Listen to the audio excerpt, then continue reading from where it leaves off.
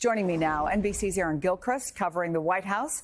Matt Dowd is senior MSNBC political analyst, and Maria Teresa Kumar is president and CEO of Voto Latino and an MSNBC contributor. Okay, Aaron, explain how this is going to work and how quickly we might see the impact.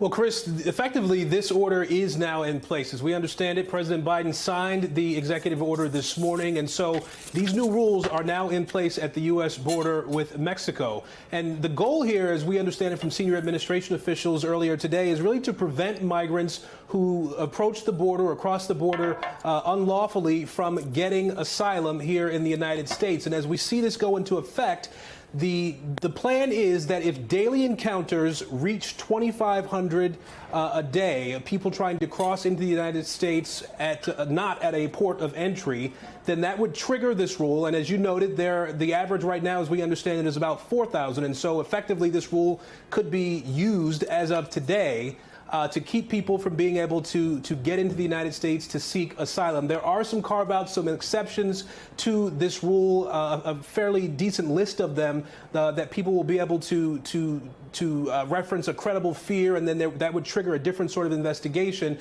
And as we understand it as well, this rule is a temporary one. This plan would be temporary, so that if the border encounters were to dip back down to 1,500 daily over a sustained period of time, 7 days as we understand it, then the order would go away. That shutdown effectively would end until there comes a point in time, Chris, where that number gets back up to 2,500 encounters a day. Not surprisingly, Matt, the response from Republicans has been very fast. The Trump campaign said this morning this is about, quote, amnesty for migrants, not border security. I also want to play what we heard from some Republican senators. This is one of the most cynical things that I have ever seen a politician attempt to do 5 months before an election. Why did you wait until now if you were serious about doing it? The simple answer is he's not serious about securing the border. Joe Biden, this is too little, this is too late, and the American public knows it's too late. This stunt is not going to save your political life. So where do you see this fight going, and does this change the equation much at all, Matt? Well, I'd first like to remind your listeners and your viewers that it is those same Republicans that killed a bipartisan border bill that could have actually done something about this much earlier in the process that Biden proposed. And I think he genuinely, before he did an executive order, I think he genuinely wanted something done through Congress. But because Donald Trump said, don't do anything, because I want it to be a political issue, those Republican senators didn't do anything. And now they're accusing Joe Biden of politics after they followed Donald Trump's lead in this. To me, if you just look at this, I'll let go the humanitarian and compassionate part of this and just look at it from a political standpoint. Joe Biden does not need to win the border issue against Donald Trump. What Joe Biden needs to do is demonstrate to the public that he is at least competent in trying to do something. And I think if he both reminds voters that he tried to do something, Republicans killed it on the border, and two, he says the only thing left I could do is this. I tried the other legislative route. They wouldn't do it. Well, I'm left to do this. I think that's what he wants to do, not win the issue, but neutralize it to a degree. Does this help do that, Maria? Because it's always been true of immigration reform, right? It's not just Republicans versus Democrats. Within those parties, there are big differences sometimes on what they think should be done. For example, Democratic Senator Alex Padilla said today, this order isn't a good solution and, his words, an incomplete strategy. According to Axios, there are a number of senators who are in purple states in tough races who were invited today and who did not show up. John Tester, Tammy Baldwin, Jackie Rosen, Bob Casey. Is there a way to bring even the Democrats together on this? Give me your take on the big picture here, Maria. So, Chris, I actually met with the president a few weeks ago when this was on the table, and it was because he has a forced hand. The Republicans denied two pieces of legislation that were bipartisan that could have addressed more fundamental issues. I think that going in, there's a reason why Tester cannot show up, because he is in a no-win situation if he talks about immigration. He wants to be able to pivot instead to the economy and what is happening in Montana. And I would say ditto for the majority of the folks that you listed.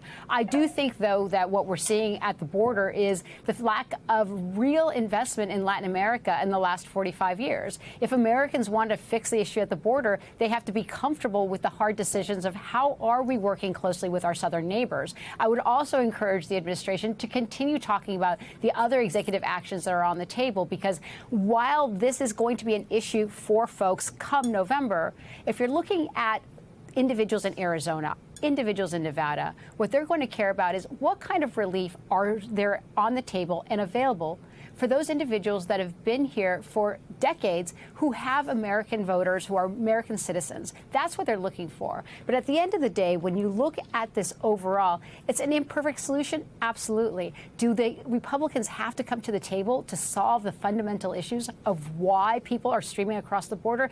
They must. Because I think we could all agree that by the time someone has packed their bags and traveled thousands of miles to the southern border, that is not American immigration policy. That is a broken system.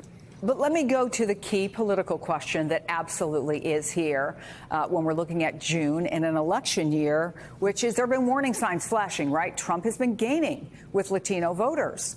Does this help or hurt Joe Biden? So, Chris, I'm glad you asked that question, because we have at Voto Latino, we've been scratching our heads trying to figure out where this mass defection is, because it has not shown up in any of the polling that we have conducted. What we found, for example, in Nevada, again, we surveyed over 2,000 Latino voters in key battleground states. And in those key battleground states, Trump was actually losing to Joe Biden 39 to 59. So very well within Joe Biden's margin of error, of victory last time around.